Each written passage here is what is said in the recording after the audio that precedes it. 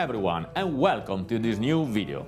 Today we will dive into one of the most essential financial tools in corporate finance, the balance sheet. So, whether you are an entrepreneur preparing for your next funding round or a small business owner looking to better manage your finances, this video is for you. So let's get started. In this video we will cover the following topics. First, what is a balance sheet? Second, key components of a balance sheet. Again, the origins of the balance sheet. Why the balance sheet is important. How to create a balance sheet. And we will end with a practical example. All of these after our intro.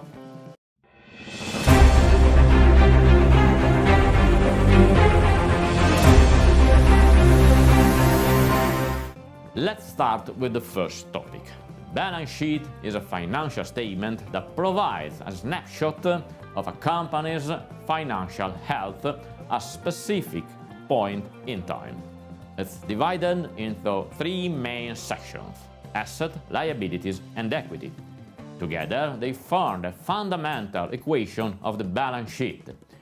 Asset equal liabilities plus equity. Why it is important? Balance sheet is important because it helps stakeholders like investors, lenders, understand how a company manages its resources and finances its operations. Key components of a balance sheet. First, asset. Assets are resources owned by the company that have economic value. These are further divided into current assets, that include cash, accounts receivable, inventory, and other assets expected to be converted into cash or used up within 1 year.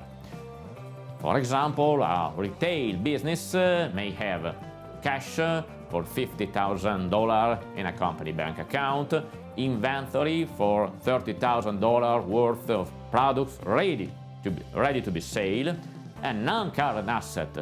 There are long-term investments such as property, equipment, patents, goodwill. For instance, may have machinery valued $200,000, office building worth $500,000. In this chart, you can see the previous example with cash and inventory as current asset and machinery and facility as a non-current ones. Then we have liabilities, what the company owes. Liabilities are obligations the company must settle, often in form of money.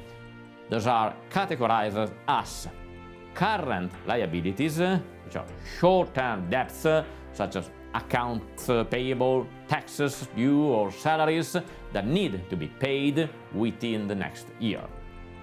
For example, account payables for $20,000 to suppliers, taxes payable for $50,000 pending tax obligations, and then we have non-current liabilities.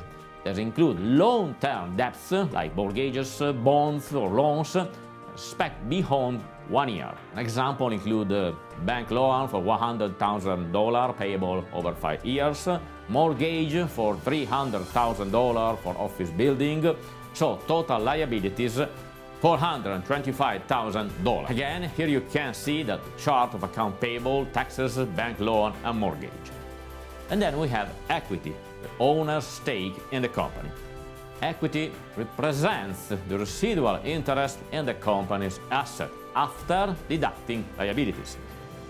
It consists of contributed capital with money invested by the owners or shareholders to start or expand the business. For instance, $255,000 invested by the founders, and retained earnings, which are profits that are reinvested into the business instead of being distributed as dividend. As example, $100,000 profit retainer for future growth and total equity for $355,000. Here's the pie chart visualization of the company's equity. And this is the pie chart of the company balance sheet. Now I would like to talk about the origins of the balance sheet. If you are curious to know where the balance sheet originates, you should know that it has a 5-century-old history.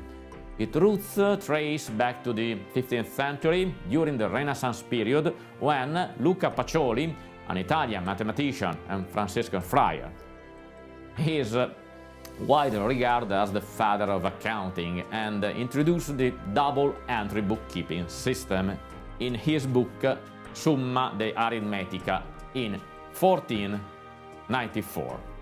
The system laid the foundation of modern financial statements. The double entry system ensures that every transaction is recorded twice, once as a debit and once as a credit.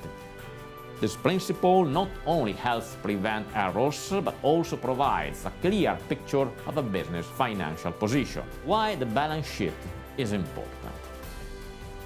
The balance sheet isn't just numbers on a page.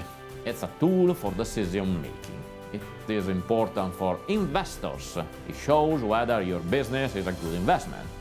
For lenders, it reveals your ability to repay loans, and for management, because it helps identify financial strengths and weaknesses. For example, let's say your company has high current liabilities but low current assets. This could signal liquidity issues. So understanding this early allows you to take corrective actions. How to create a balance sheet? Creating a balance sheet is a systematic process that requires attention to details and a clear understanding of how different financial elements are computed. Here is a step-by-step guide. Step 1. List all assets. Start by categorizing your assets into current and non-current. Current assets include cash, accounts receivable, inventory, and other assets expected to be converted into cash or used up within a year. The cash balance is derived directly from the cash flow statement under the line cash at the end of the year. This value reflects the net change in cash from operating, investing, financing, and investing activities over the accounting period.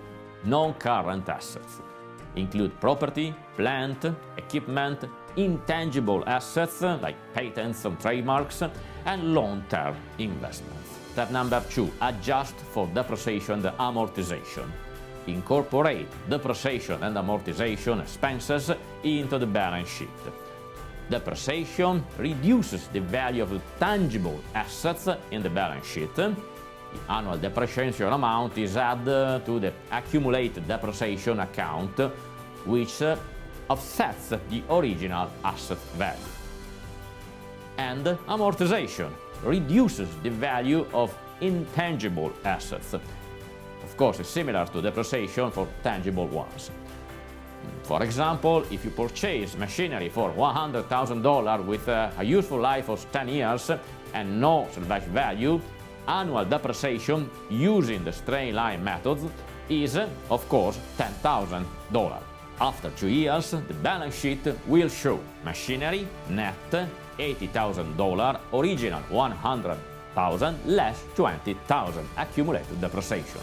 So, for tangible assets, like machinery or equipment, you must account for depreciation. And for intangible assets, calculate amortization. It's the same thing. Amortization spreads the cost of an intangible asset, a patent for example, over its useful life. For instance, if a patent costs $50,000 and its useful life is 10 years, you will amortize $5,000 each year. Step number 2. List all liabilities. Liabilities represent obligations the company owes to others. You can categorize them as current liabilities, include accounts payable, short-term loans, and other obligations due within a year, and non-current liabilities that include long-term debts like bonds, leases, or deferred taxes liabilities. ensure that liabilities for lease, equipment, or real estate are computed according to the lease term, which might include interest and principal payments. Step number 3. Calculate equity. Equity is the residual value after deducting liabilities from assets. It represents the owner's or shareholder's stake in the business and includes contributed capital, the money invested by owners or shareholders, and retained earnings, which are profits retained in the business after paying dividends. Recall the formula for equity is equity equal asset less liabilities. Finally, check out your balance sheet's aligns with the accounting equation. Asset equal liabilities plus equity. This ensures that all entries are accurate and the financial position is balanced. Let's have a quick example. Here is a balance sheet for a fictional startup. Let's break it down and see what we can learn. Key points for analysts. First, cash position. Cash is $50,000 and aligns with the cash flow statement and provides liquidity for short-term needs. We have, as well, accounts receivable and inventory for a total current asset of $100,000. Then we have property, plant, equipment and patents for a total of non-current asset of $170,000. But we have as well depreciation and amortization. Non-current asset, property, plant, equipment, patents, are adjusted for accumulated depreciation and amortization. $20,000 and for depreciation and $10,000 for amortization, which are recorded as a contra assets with a negative amount. This means they are subtracted but from the gross value of the asset they are related to, reducing the book value of tangible and intangible assets, while reflecting their reduced utility over time. We have working capital. Current assets are $100,000, exceed current liabilities for $40,000, reflecting positive working capital. We have as well liabilities and equity.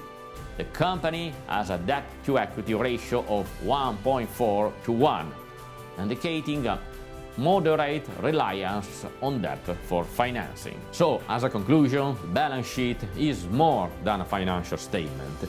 It's a window into your company's health.